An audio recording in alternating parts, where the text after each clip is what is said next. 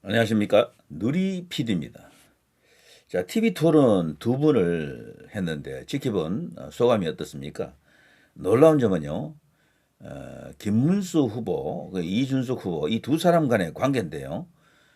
예상을 깨고 이준석이 김문수 후보를 공격하지 않고 있습니다. 단 한 번도 공격을 안 했어요. 김문수 후보를 오히려 지원 사격하고 있죠, 지금.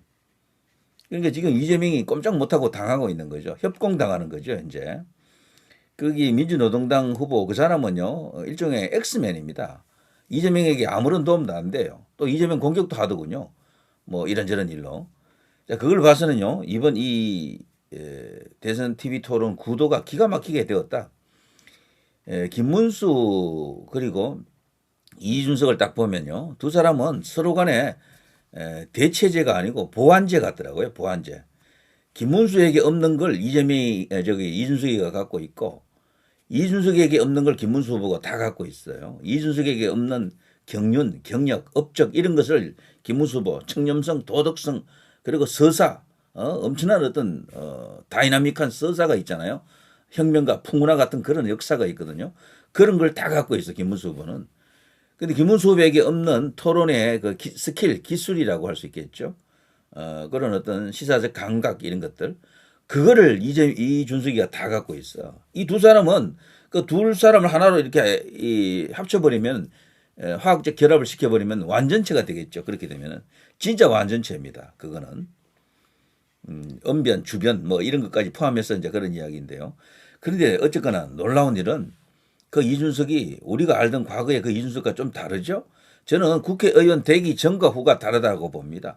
국회의원 되고 나서는 말이 싸가지 있는 말, 그 싸가지로서의 그 이준석이 거의 사라졌습니다. 안 하더라고. 그러니까 국회의원이 되기까지 자기 나름으로 열등감이 있었던 거야. 그러니까 그게 부정적인 감정으로 많이 표출되었었고, 그리고 주류에 대한 어떤 반감, 그런 것들이 이제 일어나서 계속해서 주류하고 싸웠죠. 특히 싸운 대상이 윤석열 대통령이 되다 보니까 막 그렇게 완전히 이 진영 안에서 내놓은 그런 인물이 됐었죠.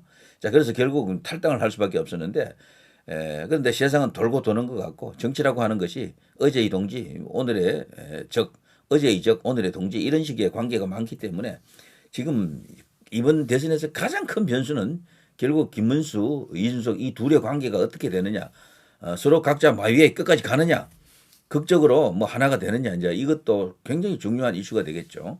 자, 이번에는 뭐 단일화 이야기보다도요. 이준석은 왜 김문수를 까지 않느냐? 사실 김문수를 까야 자기가 뭐 지지율이 올라가든 뭐든 할 텐데 왜 안 까느냐라는 겁니다. 그거는 이런 게 배경이 있는 것 같습니다. 과거에 이준석이가 이런 말을 했던 게 이제 언론에 보도가 됐죠. 경기지사로서 이재명 후보에 비해 이준석 말입니다. 가지고 있는 여러 가지 어떤 업적들, 월등한 실적을 가지신 분이기 때문에 사실 이재명 후보가 옛날에 성남시장 하면서 경기도지사 하면서 돈 그렇게 막 신나게 쓰면서 퍼주기만 했죠. 복지할 수 있었던 게 그 앞에 김문수 지사님이 도정을 하시면서 판교라든지 아니면 경기도 주변에 이기 신도시나 엄청나게 많은 어떤 업적들이 있죠. 이런 것들의 기반을 잘 닦아 놓으셨기 때문이거든요. 예, 준석이가 정확하게 상황 파악을 하고 있는 겁니다. 그리고 또 하나 이준석이 김문수 후보를 공격하지 않는 이유 중에 한 개는요. 준석이가 예전에 이런 말을 했습니다. 자기는 비록 싸가지로 이렇게 보일지 몰라도 참다운 인격자 앞에서는 굉장히 겸손해진다라고 하더라고요. 진짜 인격을 만난 게 아닌가 싶습니다. 김문수 후보하고 이렇게 접촉을 여러 번 해봤을 텐데 만날 때마다 자신을 인정해 주잖아요. 그리고 또 과거에 당에서 있었던 일에 대해서도 책임이 아무것도 없거든요. 김문수 후보는 그 당시 이제 당원도 아니었는데 사과도 했고요. 그야말로 진정성 있게 이준석을 이렇게 포용하려고 하는 그런 노력을 하고 있는 게 보이잖아요. 정치적 셈법으로 지금 접근하고 있지 않다라는 게 느껴지는 거야. 본인 입장에서도. 그리고 준석이도 보면 일반적으로 여의도 정치 풍토에서 보기 힘든 인물이잖아요. 이런 캐릭터가 없어요. 현재 여의도에는. 국민의힘 안에도 없지만 민주당에도 없다라고 봐야 됩니다. 이렇게 고결한 인품을 가진 사람이 없기 때문에 준석이도 김문수 앞에 서면은 순한 양이 되는 게 아닌가 이런 생각도 들어요. 그래서 제가 기억하는 한 김문수 후보에 대해서 비판을 거의 안 했어요. 이준석이는. 단 한 가지 경쟁력은 내가 낫다 그랬죠. 왜 그런가 하면 김문수 후보는 아무래도 스타일이 젊은 층하고 이렇게 호흡을 맞추기는 조금 올드하다. 좀 답답하다. 투박하다. 이런 이야기를 했던 것뿐이지 업적이라든가 청렴성이라든가 그리고 정치적 이유로 김문수를 때렸던 적은 단 한 번도 없습니다. 바로 이 거대한 업적 때문에 그런데요. 제가 이 영상을 자주 보여드립니다. 김문수 후보가 지금 이재명에게 상대적으로 압도적인 우위에 설 수 있는 것 중에 한 개가 바로 이 업적인데요. 새 3차 TV 토론에서는 반드시 이재명 당신의 업적은 뭐냐라고 물어봐야 됩니다. 나의 업적은 이런 게 있는데 당신의 업적은 뭐냐? 이건 뭐 이재명이 어버버할 수밖에 없습니다. 대장동이 나의 업적입니다. 라고 할 겁니까? 백현동이 나의 업적입니다. 위례 신도시가 저의 업적입니다. 전부 지금 재판받고 있잖아요. 거기다가 성남FC 대북 송금 800만 달러, 지역 화폐, 코나 아이 뭐 이런 거 발행하고 어쩌고 저쩌고 퍼주기 했던 거, 심지어는요 계곡 상인들 뭐 문제가 되는 상인들 그 철거시킨 그걸 최대 업적으로 또 떠들고 있었죠 한때.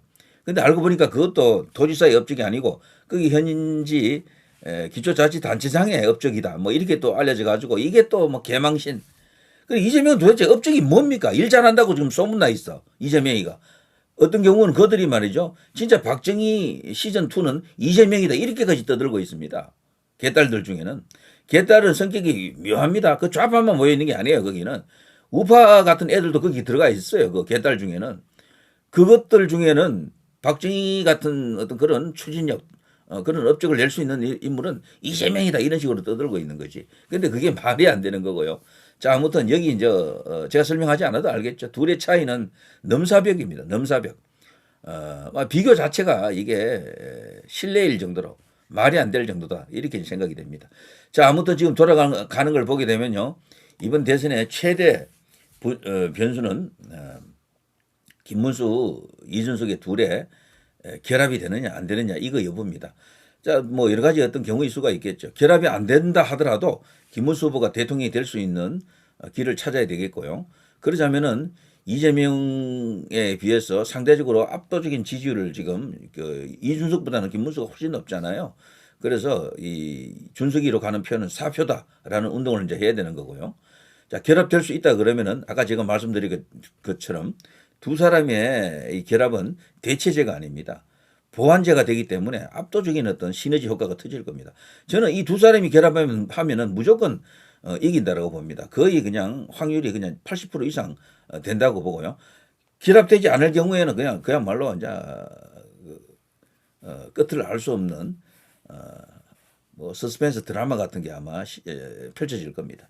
어떠한 결과가 나와도 이상하지 않는 그런 상태가 된다. 살 떨릴 겁니다. 그냥 심장 쫄려서 그냥 그 상황을 어떻게 지켜보실 것인지요.